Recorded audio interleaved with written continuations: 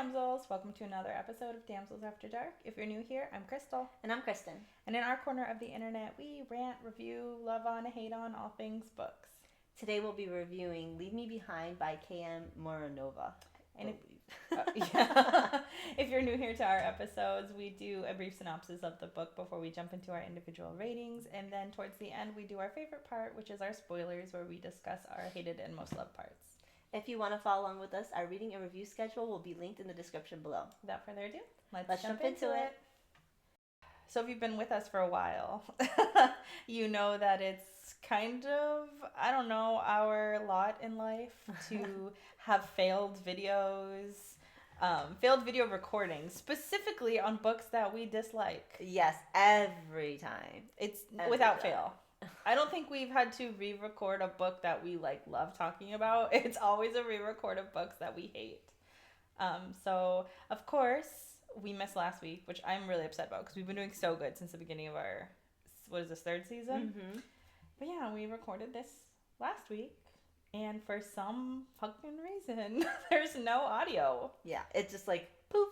And the funny thing is we just recorded an episode right before that, so we know the audio was working. Mm-hmm. And we checked it. We even checked it for the Leave Me Behind episode right before we aired it, and then, before we started filming. And when you went to leave, it was like, oh no! I was like, oh my god! And so we didn't even have time to film it again.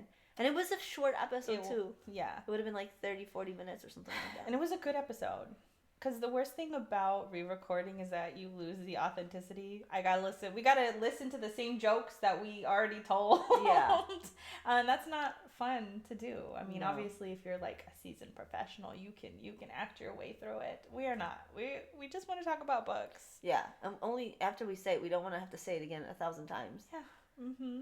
It's exhausting. It is exhausting. To refilm. Oh my god, it's so tired. It's the worst. At least I think we were debating whether to do it that day, but we were like, you know what, let's just put a week in between it so we can scrub this whole thing from our memory, and maybe when we redo it, it won't feel so inauthentic, so rehearsed. Yeah, it's a good thing because I don't remember.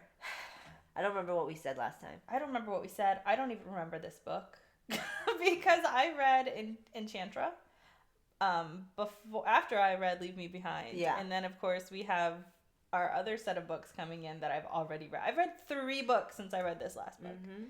And I mean, we kind of foreshadowed it already in the beginning, but this was not a favorite book of ours. So I was quick to dump this out of my brain. Because you hate it. I don't mind it so much, but it's definitely not a book I like. Oh, I really, really like this book. It's just it's whatever, it's fine. Yeah. Well, so all that to say, if you're these girls don't know what the fuck they're talking about this book, you're probably right. We probably forgot a lot of things. I'm relying on notes here, and let me tell you, my notes are one words, which is never the case. I usually have paragraph, highlighted sentence. I'm going deep, but here, for a favorite part, I've got one word. For my least hated parts, I just have 2, again, 1 word bullet points. You do. I actually have quite a bit, so I could always probably go off first, and then you could probably just go on whatever it is. Because I wrote. See, I learned my lessons. I was doing the same shit, and I was reading books upon books upon books, and then we would film, and I'd be like, I don't know what the fuck I wrote, and there's clear evidence on that on our episode, because I'd be like, I don't know, I just wrote something in my notes, and I don't know what it means now. But now I write a whole thing explaining why I like this part, so that way, even if I do read 5 books after, I remember the scenario. Yeah. Kristen has the great skill of when she doesn't like a book that she can push through a book. I don't have that skill. I have the skill where if I hate a book, I drag that shit on. So not only did I have this book, but we read 2 other books that I'm not a huge fan of. So I did not have time to do what you do, sit down and write all this shit from memory. I'm finishing the book on the car ride up here. I'll remember this shit, I'm sure. And so I must have done that with Leave Me Behind because I didn't have any notes. Oh no, you did. I remember that. And the thing is, this book isn't very big either, so I drag this shit on.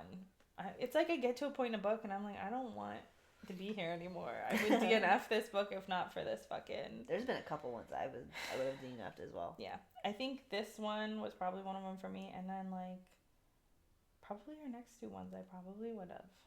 I definitely would have one of them for sure. I would have DNF one of them for sure. And sometimes I think, well, do I regret not DNFing a book? Because sometimes it's like, oh, I would have DNF'd this book. Because I'm gonna be honest, I would have DNF'd Akatar for a while, and I almost did. If everybody didn't push me, if I was reading it on my own accord, I would have DNF'd it. But like everybody was pushing me to finish it, and I was like, okay. So I did. But there's a couple times like I really have regretted DNFing this book. But there's a couple of past books I read this year that I'm like, no, I fully read a bunch of books that I should have DNF'd. And I really wish I would have just like stuck through it. Yeah. There's one out of the two that we'll be reviewing later this month. I would have DNF'd them both, but I would have been sad to have DNF'd one of them. Yeah, I agree, because that's how I feel. So I'm glad that like I'm forced to stick it through, but God, is it a fucking nightmare. I'm like falling asleep reading these books. That's the problem. Is I do try. I'm like before bed, I'm just gonna read 2 hours, and then I'm like passing out. So a lot of the next book that we're gonna record on, I don't remember very much of it because most of the time I was sleeping, falling asleep midway through. I'm like, yeah, I kind of remember that, but I have questions because I didn't quite connect these dots. I do this thing. I'm starting to recognize that right before bed, because I'll read it too right before sleep, and as I'm reading, I'll fall asleep, and now I'm dreaming of a part of a book, and I'm like, did that happen in the book, or was that my dream? Yes, Did I make it up? Because now I'm in this world while I'm falling asleep, and now I wanted the story to be what I want it to be. And now it's this whole level of interesting. I'm like, that didn't even happen in the book. One of these days I'm going to be like, my favorite part was when this happened, and you're like, that did not happen. You know what? I would believe you, though. I'd be like, maybe I missed that. I wouldn't even say anything about it. I wouldn't even know. The one thing I will say, though, that it's causing me to do is that I am so sleepy every time I read now. Like, if the book is not super engaging, it's like I've conditioned myself that this is how I put myself to sleep. So I'll be sitting up on the couch, not even like cozy in bed. I'm like sitting straight up, and I'm falling asleep in a book. And I just know it's because I've now conditioned myself that this is what I do to put myself to sleep. So instantly my body's like, oh, it's nap time. A boring book, a comfy spot, nap time. It's the worst. It's such a struggle. But yeah, so anyways, I guess we could just get into this one again. This one is about a girl named Nell Gallows, and she was a part of this underground super secret club military unit. I guess not really a club, it's a military unit. And she's part of it. It's called Riot. They went into this mission in Patagonia, I think is what it was. Yeah, I don't know. They go on the super secret mission. Her entire squad ends up dying, and then they were supposed to rally with another squad, Malum, and of course they didn't make it to that area because they died, and then as a result, Malum lost somebody in their unit. And so she's the only surviving member, so they end up moving her to Malum, and of course Malum blames Riot for the fact that they lost somebody, and so she ends up being the replacement in the position of the person who died as a result of Riot not making it to their extraction point or where their meetup point. And so that's sort of the gist of this story. It starts off, and then so she has to like win her way into their respect. Obviously, they don't respect her, 1, because she's just Riot, and 2, because she's trying to play the replacement role, or she's put into the replacement role, so automatically they hate her. And it's just a group of dudes who just make fun of her and like belittle her the whole time because they have no intention of accepting her into their brotherhood, I guess. But so anyway, she gets put into their unit, and they do a training bonding exercise because there is a mission that she believes is akin to the Patagonia one, or is like going to answer the questions of what went wrong in her original unit's demise. So she's trying really hard to stay on top of, or stay in their brotherhood or in their unit, and they want her out. So when they go to this training mission, their sole goal is to get her to quit. So they're doing all kinds of dirty, underhanded things, and she's obviously trying really hard not to quit. And that's basically most of the story. Like, they get through it, and then they go on their mission, their official mission, and then things kind of unfold that way. But yeah, I don't know if you guys realize this, but this is like it's sort of a dark romance, not fantasy. It's not a fantasy book at all. It even kind of I think I've read that it's considered a bully romance as well, which, I mean, yeah, they're obviously they're bullying her. They're doing that kind of stuff. It's an adult book, so definitely no one under the age of, I guess, 18 plus. I think they say 18 plus is the demographic that for this book. But I wouldn't suggest anybody younger. No. If you want to look at their full her full content triggers, you could go to her webpage. But I also have them listed here. There's a lot of them. Her trigger warnings are written on, I think, even right on the front, but I don't know if it lists all of these. But it's physical violence, explicit sex scenes, pain, kink, blood play, morbid humor, explicit gore, death, explicit language, extreme bullying, harassment, sexual assault, non-con, dub-con, sexist behavior, war trauma, aspects of war, PTSD, mentions of rape, home intrusion, and murder. Did I cover all of them? Yeah, I think so. There is a long list of them. Obviously, this isn't for somebody who's looking for that like cozy romance. You'll not be happy about that. So definitely put it down if it's not. She recently got published, so there's a new book cover that's coming out. So I don't know. I think her indie or her original book is going to be not for sale. I think whatever's out there right now is what they'll have, and then after that, it's going to go to her publisher. And I don't know her publisher, but it's got the sprayed edges. It's got a deluxe edition. Wow. She does her own art, so every character art you see on there is from the author, which I find very cool. Her art is beautiful. Her art is beautiful, and that's what sucked me into the book. Yeah. Was the art, and even in the chapter pages, because it does switch between Bones, who's the person who she ends up getting teamed up with.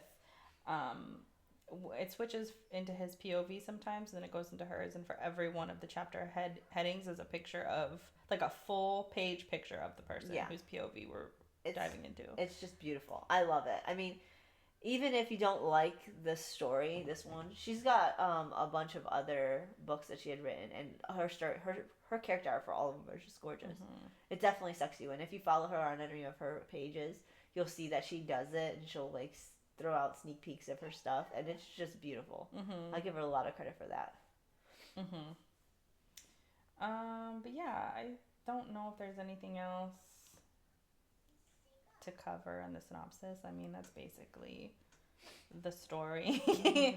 Is her and this super secret unit that go to fight on this mission. Yeah, this is just a military plotted book. So like if you're into military stuff like that, whatever, but I don't think it's a big part of the book per se. I feel like it's almost like any other war book or anything like that. It's not specifically geared to a military style, like any kind of military style specific book. I feel like if you go to any fantasy book, they have that aspect where they're training and they're doing this and they're doing that, and it's not a military based book. I feel like it does have military aspects here and there. Like there's a couple scenes where it's like, yeah, this is definitely a military book, and then there's some where it's just like, oh, this could be like any fantasy book, but it's not a fantasy book. So it's mainly a conversation of sort of PTSD, trauma,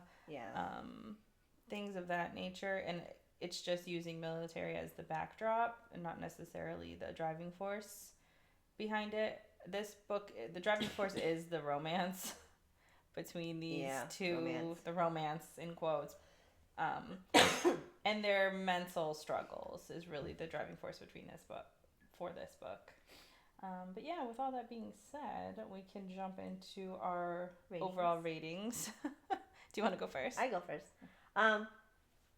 Unlike Crystal, which I'm going to tell you right now, she hates this book, but I don't necessarily hate the book.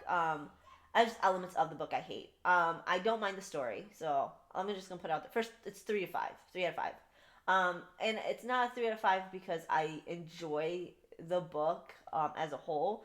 I was cut down the middle. There's a lot that I really, really hated, and there was a lot I really, really liked. So that's why it was right down the middle for me. The only reason why I gave it like that extra little bit is because the character art.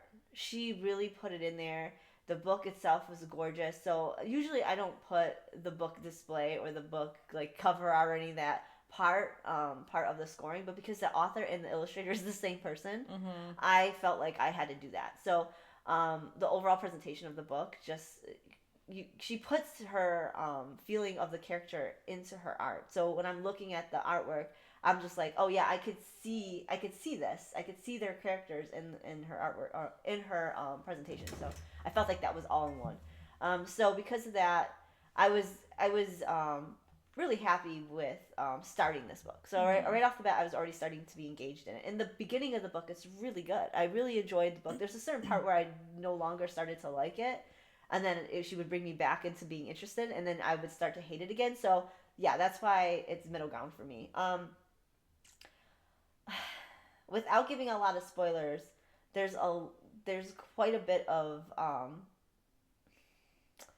bullying in this book, to put it lightly, and assaults that really took me out of this book. That I just felt like there was no turning back for certain characters, and no matter how much they would try and win me over or win another character over, I just couldn't do it. So, but I would still be interested in the story. I still was interested in the plot and wanting to know what was going to happen next. POV switches were done really well. The story was written really well. The author portrayed and described the events really well. So like it's an easy to follow along story.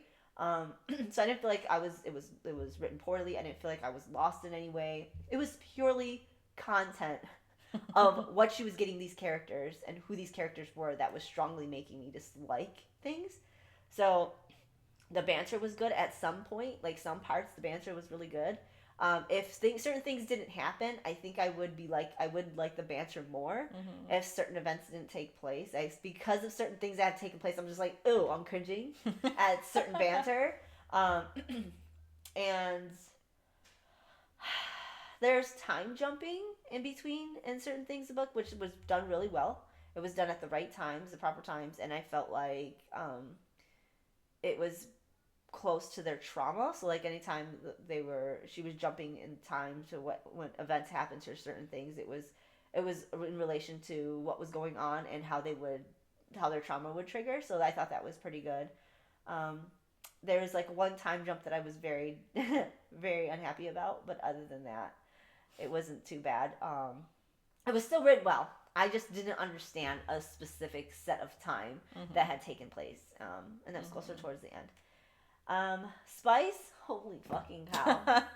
4 out of 5, man. Because boy, oh boy, just because there's spice, though, doesn't mean I have to like it. Just put it that. I say that 1,000 times. But there was definitely spice that grossed me the fuck out. And I did not want it. I did not want it, nor did I need it. But definitely spicy. If you're into that dark, dubious consent type shit, because we've already listed on the trigger, it's there. So it's all there on a silver platter for you. But those are my ratings. Yeah, Kristen was way more generous than I was with it. I gave it a 1.5, and all I wrote in my notes for my overall review was trash. That's all I wrote, because that's my general feeling about this. I don't like the main character. The problem is that Kristen kind of mentioned it earlier. The beginning of the book is pretty good, and I liked the main character, but then there's some shit that she just keeps doing that it went from, yeah, she's kind of cool, I like her, to I fucking hate this. It's gross. And that feeling of being grossed out by her decisions goes all the way to the end of the book. And just like flabbergasted by some of her decisions. Which sucks, because she's already set up to be like this badass military chick, besting the men around her, rising above their taunting and like earning their respect. Like that's a good solid foundation of a character, and then it just kind of toppled over. So she's trash. The main male interest, trash. The other men around her, pretty much trash, though some are kind of, I guess, redeemable, but I don't know. I didn't like any part of this. The story I also just didn't care about. At a certain point, I just don't care anymore about what your story is, because I hate every character in this story. There was one that I did like, better than the main character, but then he was gross at some point. And I'm like, you know what? Yeah. Everything in here is just bad.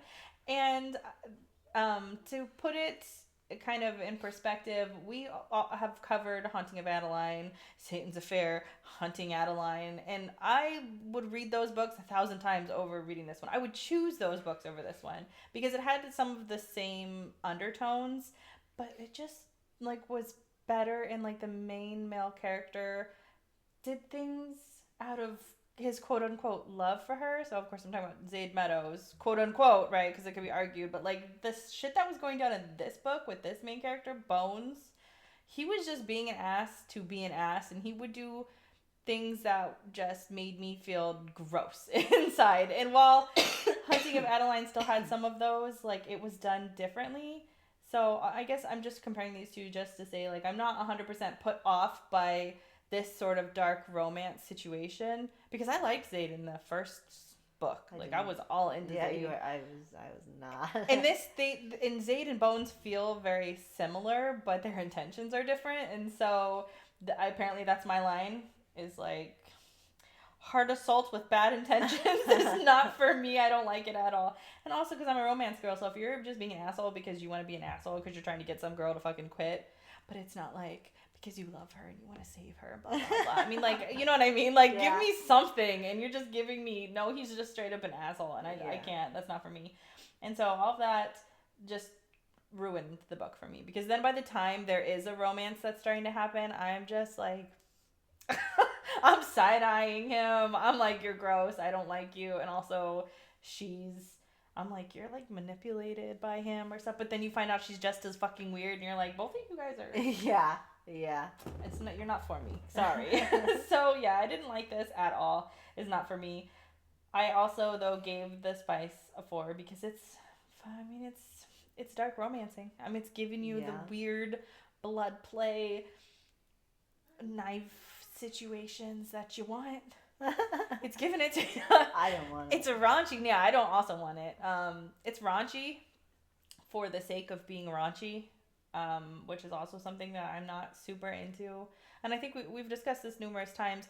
I don't read books for their smut, and so when you're putting smut in there, but I like it in there because it just elevates a book to an adult book. Yeah. But I don't need it I don't need it this gross and extreme to where you're just doing it to be crazy. Just like the gun scene in Haunting Adeline. It's like you're just doing stuff just to do it with no real build up or reason to it, and I don't like it, and so that ruins it. So like Kristen said, just because it's in there doesn't mean that I have to like it, and I did not.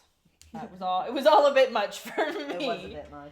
And we were discussing this too, that we don't exactly know what it is about these types of book that make it, like what this flavor is, because I don't really want to believe that I can't like a dark romance book. I think that I can, but like what is it with this specific genre within the dark romance that I don't like? I don't know. Mine has to do a lot with consent. That's what I've come to realize. Anything that was at borderlines, I think it's dubious consent. But then I don't even know dubious consent, because there's sometimes in some of the books I've read where it's just like, well, she didn't exactly say yes, and that's what the whole dubious consent is. So I don't know if it's specifically. I think it's assault with the lack of consent.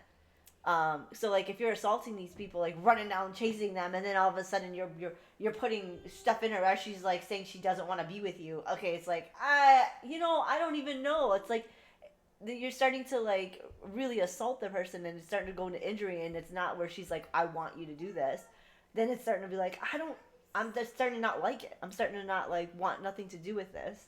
And that was sort of the trick that Haunting of Adeline got away with, in that like he was like, well, I know she likes this particular brand, like this gets her off, so this is why I do that. And so that was kind of like, okay, I could get that, like I can quote unquote get behind that, in that like, okay, I can see this. It's not like straight up fucking assault. She likes it, so she says. But when you have something where it's like it's not there at all, there's no like, oh, I know she likes this, so I'm gonna do it. It's just like, no, I'm doing this to be mean. That's what it is. But I don't. It must just fall under that category, that dubious consent category. But I don't like this side. Like on the dubious consent lines, I want the pretend that this person really likes it while it's happening. Don't give me, no, they're terrified and scared. That's weird. Yeah, terrified, scared, and almost angry that it's happening because they have to angry without the idea of liking it, because you could be angry that you like it, and I'm all for that. I really like that. I don't want to like it, but I do. And now I'm mad about it. I really like that. Yes. I do not like the I don't fucking like this and I don't want him to touch me. Yeah, the specific lack of consent to the point where the person is fearful for their life makes me feel gross inside. Yeah. Agreed. And that's why I hate this book so much, is because there were 2 specific instances where I felt this. And then at the end of it, I'm supposed to be like, oh, well, they love each other. And I'm supposed to feel good about it, when I was just made to feel so disgusted about the actions of the MMC. There's just, I can't handle it. Yeah, no, I can't either. I don't like it either. It's gross. So I don't, you girlies are on some other level with your love for that. I don't know. I'm not here to yuck your yum. I'm just I've got questions. I want to understand. Well, maybe your Goodreads will put it in perspective. Yeah. To transition perfectly into that, Goodreads gave it a 3.91. It's very high. Out of 33,000 people. And that's very high, because my 3-star is mostly because, like I said, it's like a full all-around content number. That's almost a 4, guys. You're scaring me out here. This has got to be people, though, who just read dark romance. Yeah. I would think so. Because I couldn't imagine reading this and being like, because I like dark romance or dark romance fantasy, and that's different. Yes. Because the darkness comes from the world, not necessarily the romance between them. Sometimes it does, but it doesn't dabble in this stuff. No. There's a darkness. There really is only one element you could create it in, and it's the relationship between the 2 people when it comes to dark romance. Yeah. And again, I refuse to believe that it's dark romance on its own that I don't like. It has to be this specific flavor. The specific type of dark romance. Because I guarantee you, because we talked about it, I'm thinking about going into reading some dark romance just to figure it out. Because I don't normally like this stuff, but I think I need to, just to see what it is, because I really need to know. So when the trigger warnings, I'm reading them, and it has that specific thing, I can be like, yeah, I'm not going to read it. It's funny, because I don't ever pay attention to trigger warnings, because I like to feel as if they don't really bother me, but then I read these books and I'm like, you know what? I started to think that we do have a limit, because like I was thinking the same thing, and then when I read them, I'm like, yeah, I know now that I do going into this, because like I said, it's incest is definitely one of them. I do not like it. I don't give a shit. There's also cannibalism, which I heard that's a thing. Yeah. What? I don't, and that's in the dark romance world. What? Yeah. That's what I heard. How are you eating somebody that you're like... I don't know the context of it, but I know it's in there, and I don't even care if it's somebody you like. If there's cannibalism at any point in the book, I don't want to fucking read it. And also anything like with pooping, peeing, don't put me. I'm not reading those. I don't want that either. So like, I do know now. That's like, there's extremes in these books that I do not like. That's got to be very niche. Like you're really apparently some of them I've read, like when I'm on TikTok or whatever. There's like, oh yeah, there's a peeing part and there's a this and that and there's accidental cannibalism, and I'm like, accidental cannibalism. Yeah, and I'm like, yeah, I don't know if I'm gonna read it, but almost to the point where I feel like I need to read some of these only to figure it out. Damn. Because there's hard lines for me, and I'm starting to realize where that is. And the minute I see the trigger warnings now, I'm going to be like, yeah, that's not a book I want to read. Because it's not fair to the author that I'm picking up this book. I'll be like, 1 star because all the trigger warnings you listed are in there, and I hate them. That makes I guess you're right. Yeah, I don't want to be doing that. You are right. I am going to stick 10 toes down on my 1.5, though, because... because there's nothing in here that I can pinpoint specifically other than that. Like, of the trigger warnings. The sub whatever it is, I already experienced in another book that I gave like a 3. So I'm not confident yet that that's like something I absolutely can't handle or needs to be like a trigger that I avoid 100%. I feel like you can do it right, and I feel like like you said, I kind of like the idea of you like not wanting it, getting mad about it, that you are into it. Like I like that flavor of it. Yeah, this is definitely not that at some points during the book. Yeah, but you're right. Like, if there's peeing or pooping in a book, and I'm like, your fucking book's disgusting, even though you well warned me that this was in there. Yeah, that's unfair. But anyways, yeah, let's get to you 5 stars. Because I would just love to know what y'all got to say with your 5 stars here. So we're going to start with Marie Rasmussen. And she says, 5 stars. The way I devoured this book. The story is so good, and the characters. The overall plot has so many layers, and there were points where I really didn't know if this was going to have a happy ending. Still one of my favorite standalone reads of this year. Good for her, I guess. That was in November of last year. That means she was almost to the end of her year. And out of all of the books, this was her favorite standalone. That's crazy. You know, I'm happy for her because, you know, I really did want to like this book. So I'm glad there's people out there that do like the books. That there are not like, okay, let me put this out there. There's some books which there was a bunch of book drama out not that many months ago. Mm-hmm. And that book does not deserve to be on shelves. Let's put it that way. But there are some books that, you know, even if we dislike, I can understand how people would still like them, and I would be fine with the idea that other people are liking this. And it's like, okay, cool. I'm glad people like this because this author, I just really want to like this author. Yeah. So it's hard for me when I'm not like, oh, I'll support this author, you know, put it out there like, you know, look at her style, look at this, look at that. Not for me though. So like, it's nice to see that there are 5 stars on this book. Yeah, and I mean, not only 5 stars, but like the overall rating is still super good for her. So. Yeah. Okay, so this next one is from Vina, and she says, this book was a literal emotional roller coaster, and these two personified enemies to lovers from the beginning of the book. You really had to work hard for that happy ending, though. I don't know about the happy ending. People keep saying a happy ending. You know, you'll have to get to the spoilers to know, to listen to why I think this is not. Yeah, Man, I don't know. They were, I will admit though, they were enemies to lovers. We'll just throw that out there. Oh, this for was sure. an enemies to lovers book. Yeah. Which maybe is why I'm even more upset about it, because I like an enemies to lovers, and this one was just not what I wanted.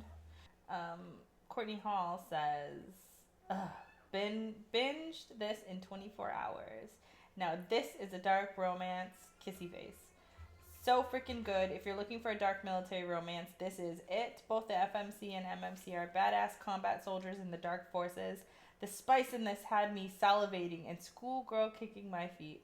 I don't think I will ever get over this book. It's pretty dark, so please check trigger warnings. I was at no point salivating and schoolgirl kicking my feet. Yeah. Maybe one time in the very, very beginning of this book, I liked it. Because she ends up, and I think this is in the description of the book anyways, but she ends up having a one-night stand with the dude before she knows who she is. So that all was great. I loved all of that. I loved her from the beginning into this. That I was kind of like, ooh. Because there's some things that happen like right after that. Yeah. Right after the one-night stand. The book was great. I was ready for it. I was like, ooh, this is cute. I like him. I like this. I like that he's doing that. So a small, like, into the book. I was like, ooh. Yeah, actually, it took me a while before I wouldn't say midway through. I would say closer, more towards the front. I started to be like questioning whether I was gonna like this book, but I still wasn't put off by it. There was a certain point where I was like, I'm definitely put off by this book now. Mm-hmm. Yeah, same. But anyways, good for all 3 of you and everyone else who left this a 5-star book. I'm glad you have a safe, happy space to enjoy your dark fantasies. Yeah. Because that's what these books are here for, so that you can live your darkest, deepest fantasies. And yes. If that is sub-dub-con, dark romance, blood play, knife play, I will not yuck your yum. It's just not this particular flavor is not mine. Yeah, this particular book I didn't like how the smut was. Yeah, same. Which again, just to preface it, we do have books that we like that are bully romances, that have blood play in them, that we've already kind of covered. So again, it's not that these specific that's why I'm gonna keep saying this till the day I fucking die. That's why I still think like dark romances I do like, because I do like these things. So I'm not giving up yet. I guess it's how dark you want to go. Like, because I think now there's a whole level of what they call the morally gray. Then there's just the morally black characters now, where they're just, I guess this would be considered him. Yeah. So there's no moral. There's no gray about him. He's a bad person. Just all around, he's a bad person. And so, yeah. And I think that's what it is too. I like the morally gray. I definitely like the morally gray. I don't like the shitty guys. Mm-hmm. And he's a shitty dude. So, like, I'm not into him. And sure, he might be into her and she's into him, into the story, but like I still feel like, well, she's a shitty person too. So like that's I think that's all around what it is that I want a redeemable character, and I feel like the reason why I don't like the characters, I like the story, I don't like the characters, and that's my problem in this. Yeah, there is no redeemability here. Yeah, and that's all. Like, I think that's what matters when you're telling a good story, is you want these characters, you want a redeemable character in the end. Yeah, I want a story arc where we're starting at the bottom, building up our character. But yeah, I didn't really get that here. No. But yeah, so anyways, that's our wonderful review of this book. If you want to stick around to our favorite part, which is the spoilers, we'll do that now. And of course, that covers our hated and most liked parts. I don't have very many. No surprise, obviously. Do you want to go first then? I will go first with my one best part in this entire book. The scene where, so basically she ends up, Nell had gotten shot during their, like a fake shot, during their initial trial bonding experience situation. And so they were like, that's it, you're out of the group. They kick her out of the group.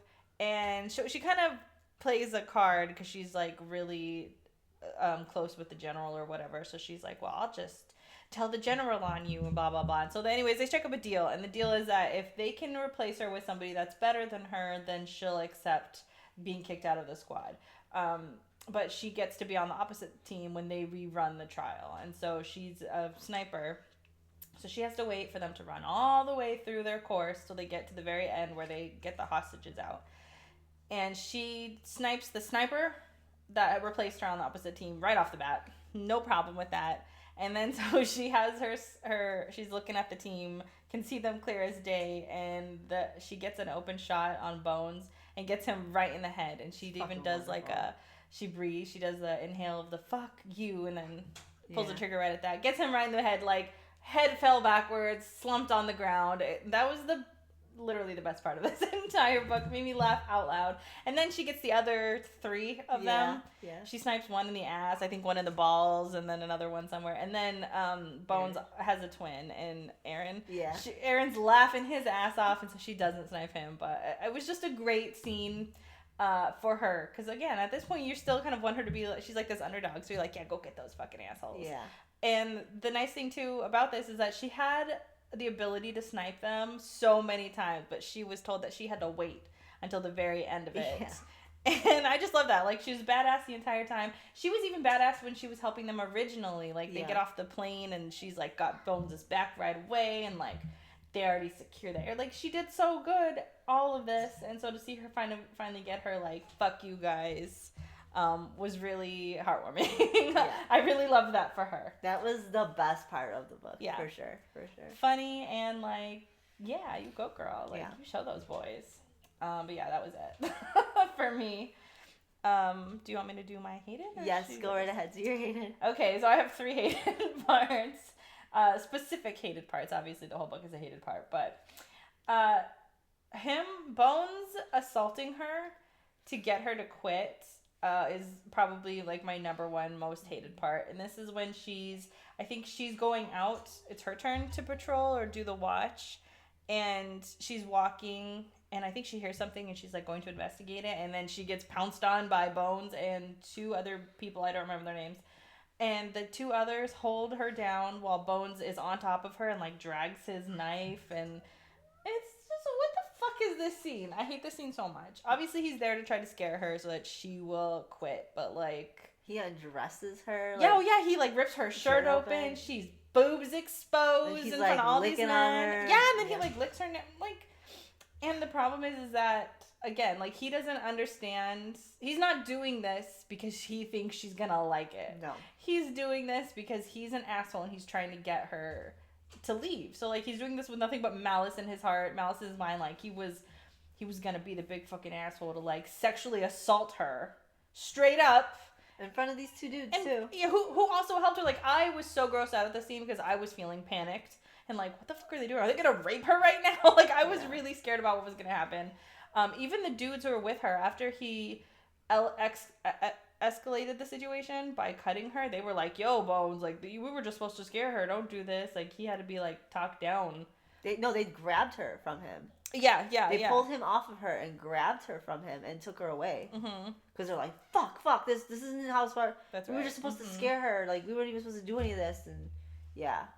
And then it was only then when he was, like, escalated it to a sexual situation that he was like, oh, she actually likes this. And no, that's not why you did it. So I just hated that. So that already made me feel gross. And then the second scene that I hate is another instance that made me feel gross, even though it's not as big, but it's, like, the idea behind it. They had talked at some point about what their greatest fears were. And she told him that her greatest fear was the ocean because it's so big and it's so vast.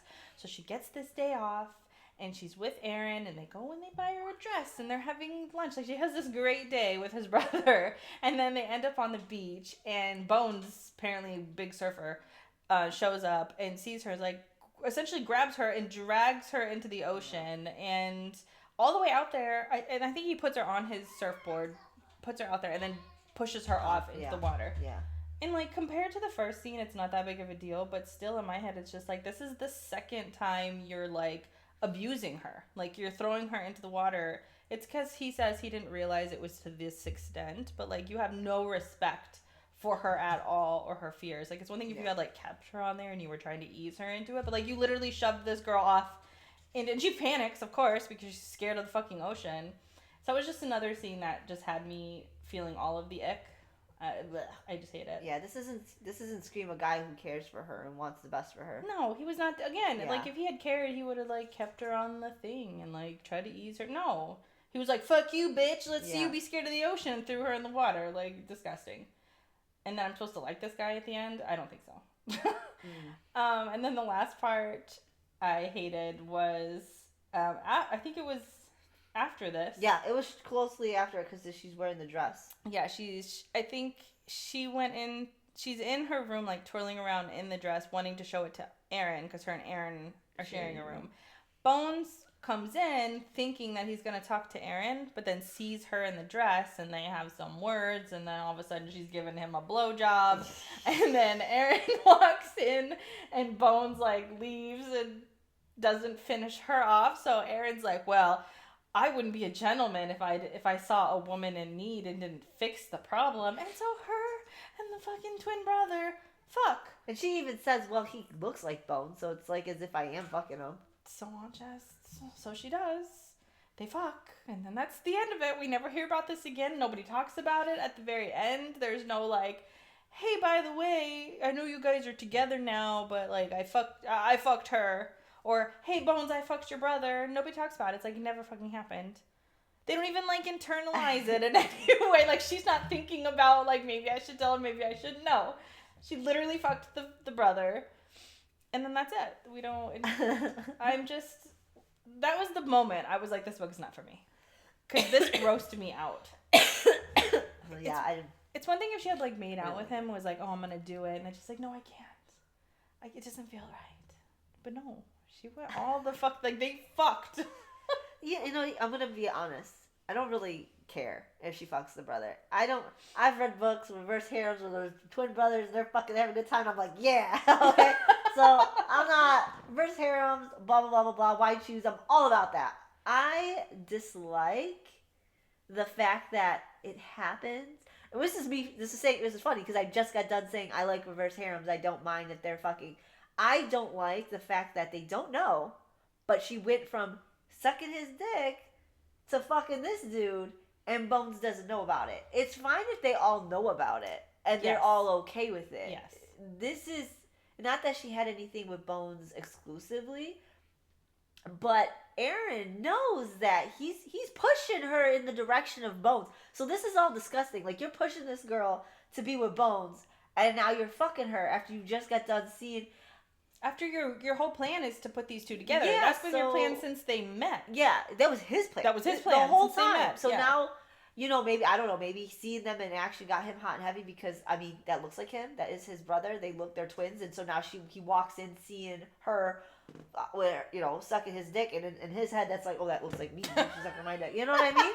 Maybe, I don't know. All I know is weird. All I know is that's my point. All I know is that's weird because there's no like everybody's involved in this and everybody enjoys it and everybody's cool with it. There's that consent thing again. You know what I mean? Like it falls with that. That's why I like Why Choose, and that's why I like the reverse Hams, because it's always discussed that this we're all going to be together. Yes. I like it. You know, I like you liking it with him. I like that's all cool because they all agree on it. Yes. And that's my problem in that specific thing is that I don't like that she goes from him to him without there being some kind of idea. Like you said, no one knows about it. They don't have a discussion about it. I feel like that's fucked up. Yeah. And this is all after, too, he, like, got her dresses and, like, took her out on a date, essentially. It was, like, talking her up, like, I want you to be normal and feel normal. Like, you're beautiful. Let's get you dresses. So I was all over Aaron. Like, I liked him a lot. It wasn't until this scene that I was like, you know what? No. It's like you're giving me what I want, but actually, this is not how I wanted it. Yeah, no, I didn't like Aaron. I always thought there was something weird about him because he kept forcing her to go towards his brother, and I thought that was fucking weird. There was something off about that, and then when that happened, I was like, yeah, there's definitely, and you don't even really know the whole extent of it until later. But the whole time I'm like, yeah, this is pretty fucking gross. Like, he's manipulating them two to get together only for what? So for him to have some kind of cuck hold on it? Like, is that what he likes? He likes being in that cuck chair? Like... Yeah, I guess so. Like, what is it about that? I don't know, but I just like it. I don't know. Either be a part of it, all consensual, all together, lovey-dovey, or just like, dude, do something. It just was off. It was off. It was something just really weird about it. It was. And I don't remember at this time if she was dealing with the do I like bones, do I not like bones? Like, oh no, she definitely was at that time. Okay, that's what I thought. She still was. She was doing that for a long time. So that's what makes it weird. It's like you're like, do I like this? Like you're caught in between deciding your feelings for this dude, and you're just like, well, I'll just fuck his brother. Like, yeah. Oh no, that's exactly what she was thinking. Yeah. She was like, well, I liked him first. She did. She's like, I wanted to be with him first. I always wanted him first, and now I'm finally gonna be with him.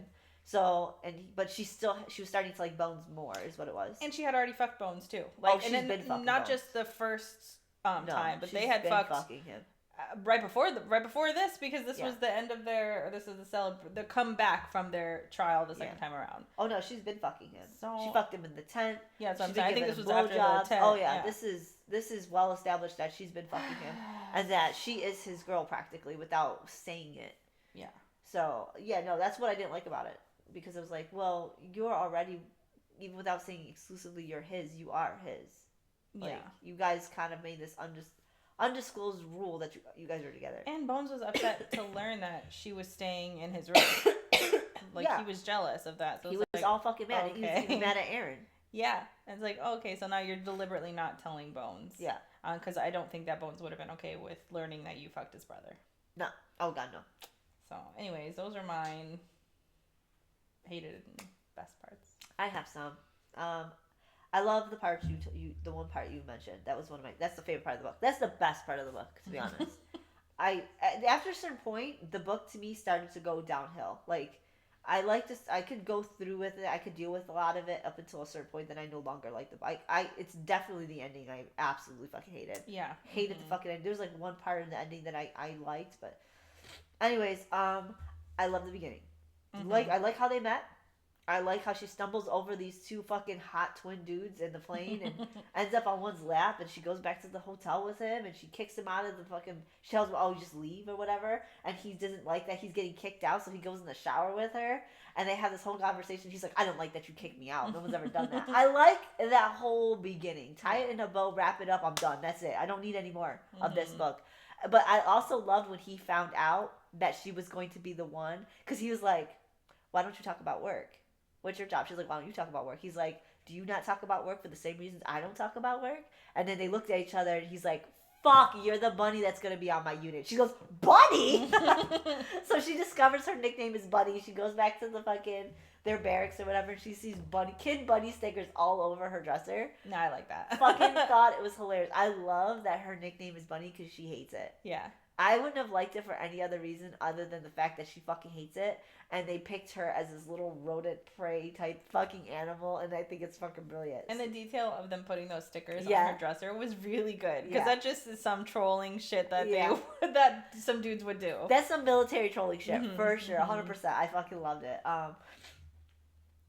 I love the part where she's training right before they do their main training thing. They go to this training to like bond, and she's supposed to climb up this rock face on the hill, and she's partnered with Bones, who does not want to help her whatsoever, sabotaging the whole thing for her. So anyways, Bones makes it up. She tries to go up after him, and she's really pissed because he didn't help her. She's struggling to get up there. She finally does, and she takes this big chunk of fucking rock and she throws it at his head. It's fucking funny. And he's like, oh, you made it. And she's like, fuck you, dude. Like, what the hell? And they get in like a straight fist fight. Yeah, they start to scrimmage. They try to beat the shit out of each other. Yeah, she holds her own. Yeah. She holds her own. So that's what's fucking funny. I already talked about the shooting. I like at the very end before Bones tries to save her from Jenkins. He leaves little messages for her that he shows that he's trying to comfort her, that he's thinking about her. So he'll like draw a bunny and condensation on the window. He'll like leave little bunnies at her favorite spot. But I don't really know if she ever really noticed. I know sometimes she did say something about it, but I don't think she recognized that it was Bones, because she would always be lost in the distance, like, oh, I wonder if Bones thinks of me. Bitch, you're fucking weird. So I love that. And I also like that last ending battle where Jenkins and Bones and all of them are fighting. Like, they're trying to go collect, save Bunny, but I don't think she wants to really be saved until Bones goes to see her, and then she's just like, oh yeah, he treats me well, which that's in my hated spot too. Let me just put it this way. But I do like the idea that they go save her, they rescue her, and then they have this all-out battle. Aaron steps on a landmine, doesn't, try not to leave, so he lets them go, and so he stays put as sacrifice, and then they do this whole thing, they try to leave, and then there's, Jenkins is there at the very end, and so she kills him, but the way she kills him is so fucking, like, upsetting to me, but at the same time, it's such a good kill. Like, as he's already, like, he's dying, he's on his, like, he's dying so slowly. So she's going to end his suffering. She takes the gun. She goes up to him, and he asks her if any of it was real, and she tells him she loves him, which she never told him before. So now she finally tells him at his deathbed, and she shoots him. But right before she shoots him, he points to his pocket, and so she goes in his pocket and grabs out. It's like this little music box, and it says Jenkins and Nell something. I don't remember exactly what it says, but it plays the tune to the song she would hum to him anytime he needs like that calming. She would hum. So that was so sweet. I love that. What I do not like though, is that fucking ending. Yeah. Where now it's supposed to be a happy ending. Now I'm gonna go to my hated parts. FYI. Oops. She's supposed to be with Bones now. This is like years later, I'm guessing, because they have a kid, and the kid's a little older, and Aaron's there, and it's one big happy family. They're probably getting a Christmas tree, I think it is. Yeah. I don't know. In my head, that's what they're doing. And they're bringing it back, and they get in the house, and their house has all these picture frames up there, and she's with Jenkins in London kissing him on the fucking balcony, and I'm like, that's disgusting. And she's got her music box off to the side, and it's like, come on, this is supposed to be a happy ending, but you guys are still living in the past of all. Like, they have all the pictures of everybody that they lost and loved, and it's like, you have a kid. She's gonna, I don't know if it's he or she, she's gonna look up and wonder what these fucking pictures. Why is mommy kissing some random dude on the balcony? Like, yeah, I don't like that. I don't like the ending. I don't like how Aaron's there with this conversation. Like, well, I like that Aaron's there. I didn't want Aaron to die, to be honest. So I was kind of happy that he came back. But I just don't like the idea that, does Bones know that they fucked around for a little bit? No, he doesn't. It's so fucking weird. And he's totally okay with his wife or baby mama having a picture of her and her ex kissing in the bed. That's fucking weird. I don't understand why that's okay. I just don't understand. I also don't like all the things you mentioned. I do not like any of that. So I'm 100% with Crystal on all of that. I do not like any of that. But I also dislike, there's a part where they're in this like shelter area, this is where I started to dislike Bunny and Bones as a couple completely. Like, I was starting to already kind of not like certain things. But I really dislike the idea that these two, they're trying to, like, go back and forth with each other, back and forth. But this is where they establish they actually really want to be with each other. They go to the shelter and they start getting, like, violent with each other, but also sexual with each other. And they break this mirror. And they start getting sexual and hot and heavy. They decided that this is the moment they really want to be together. And she takes a fucking shard of glass and starts carving up his back as they're fucking. It's like, really? And the mark she makes is the riot mark, by the way, which you don't know till the very end. But, like, she makes this riot. First, he hates the riot team. So she's marking him. She's marking her territory like he marked his, like, her underboob. Yeah. So it's like, this is some toxic shit, guys. Like, get it together, go to therapy, stop marking each other up like this. Like, and let me say, I'm not discouraged about that kind of stuff in dark romance. I'm not even discouraged about it in YA, because we had Crimson Moth where she's cutting to make intricate details for her magic. Like, cutting to me, as long as it's not like toxic in a relationship like this, or toxic in a manner where it's self-harm for self-harm's sake. I know some people don't consider it self-harm, they consider it a release, but, like, I'm not going to get into that. That's a whole topic that has nothing to do with this book. I just dislike that scene, because the marking of territory, the marking of, like, well, you're mine, you left your mark on me, I'm leaving my mark on you, in a very toxic way. It's not like, oh, let's do matching tattoos, let's do matching branding, like, this is the ceremony, like, you know, a lot of people, they'll cut their hands for weddings and then they'll bleed, like, that, to me, I'm not discouraged by. I'm not disturbed by cutting, I'm disturbed by this event. The fact that they have to feel like, in order to prove themselves loving to each other, they have to harm each other. It's not just a one occasion thing. It's every fucking time. And that is the problem I have. And, like, a lot of it was sexual based. Yeah. So I don't like that. I don't. Maybe once in a while you want to do a little blood play, whatever. I'm fine with that too. Like, I've read blood play books. I feel like it's every time, though. They don't have any other way of an outlet to show each other they love each other. Yes. And that's what bothers me. I'm like, you guys, you're going to have a kid? Yeah. Yeah, so, like, I dislike that. I also dislike the 3 years fucking later? God, do we need to be 3 years later? 3 years it took him. That's a long time. And then the whole process, she's like, he's watching her, right? He's spying on her. He's watching her. He's trying to make a decision on when to go in there. And this whole time he's doing that, he's watching her fuck him. Because he's even said this. He's watched her cuddle up with him, fuck him. And she's comfortable. She's living comfortable. She even says to him, oh, he didn't mistreat me at all. He treated me like a fucking queen. And he's, like, rich. He's taking her on trips. And Bones is to like, London. Yeah, Bones is like, well, am I late? And she's like, no, I still love you. So, like, get this. She loved Jenkins this whole fucking time. He fucks her in front of Bones, which is another part I don't like. I didn't really add it in here. But I don't like what he does. He forces Bunny to fuck him in front of Bones and, like, make her, like, just own Bones or whatever. So I dislike that whole fucking thing. Hate that. And that was the last time Bones actually seen her, where they could, like, they established they love each other, and now this happens. Like, I fucking hate it. I hate that part so much. I think that's the most hated part of the book. Yeah, that was a gross part. And then she goes off with him and then, like, loves him? Like... She likes the abuse, I guess. She definitely does. She definitely should go therapy. But, yeah, I hate it. But, yeah. So I'm just going to end it with that, because I could go on a rant with this for a very long time. But I'm just going to keep it at that. Yeah, it's a weird book, because even there were times that I liked Jenkins a lot more. Aside from that part, I didn't really witness any abuse on his side. And towards her. Like, he trained her. He saw her as she was. He loved her for who she was. She was the voice of reason and the voice of motivation in her head every step of the way in this book.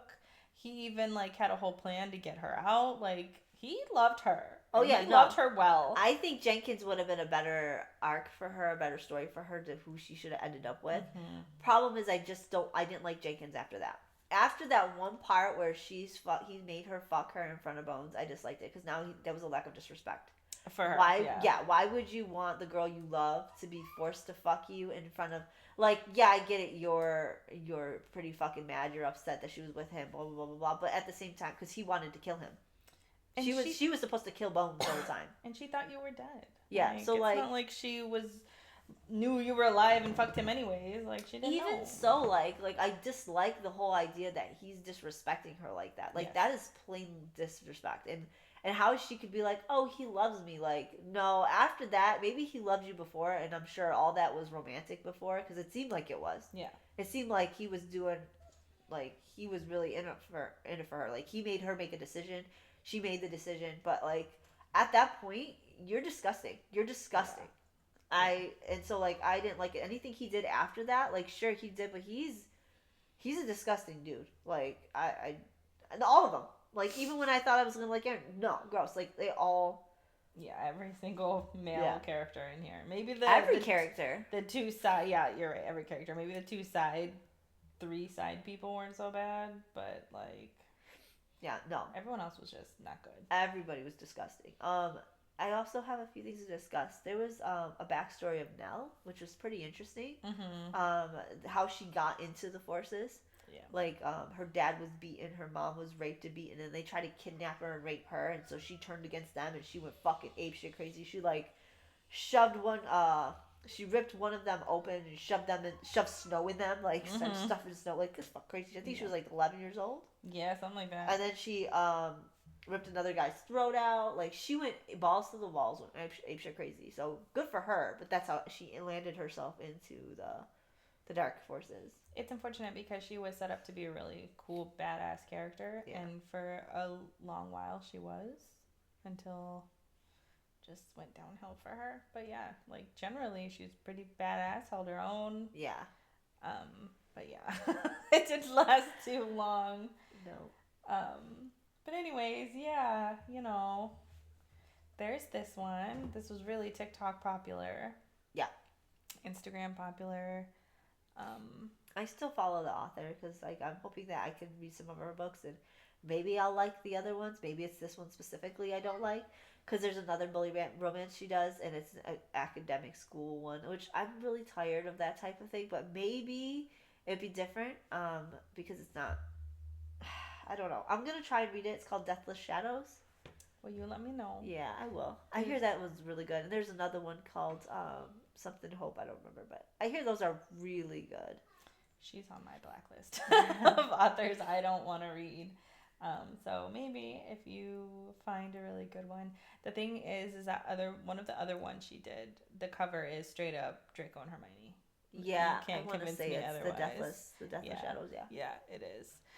That's the problem, is that her art is so good. So you see and you're like, ooh, yeah, ooh, I want to read this. I like this, and then you read it, and it's not so good. I'm just kidding, but also no. Plenty of people love it, so, you know, there's that. But anyways, yeah, that is it for our Leave Me Behind. The next one we're doing is Immortal by Su Lin Tan. Oh, Jesus.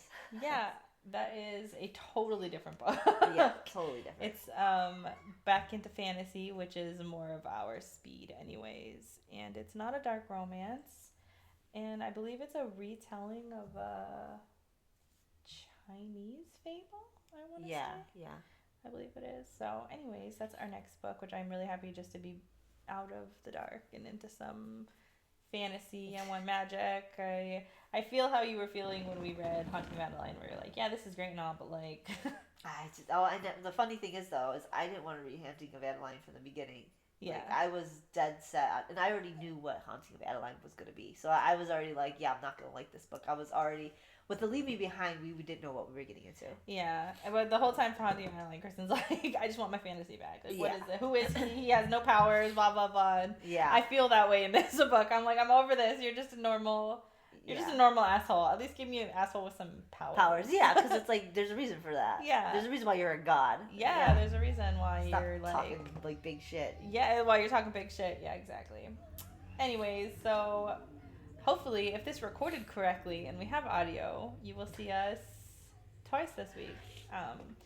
You'll have this one, and then later on Friday, per our normal schedule, we will have Immortals. So check us out this week on our next episode. But yeah. Bye, guys.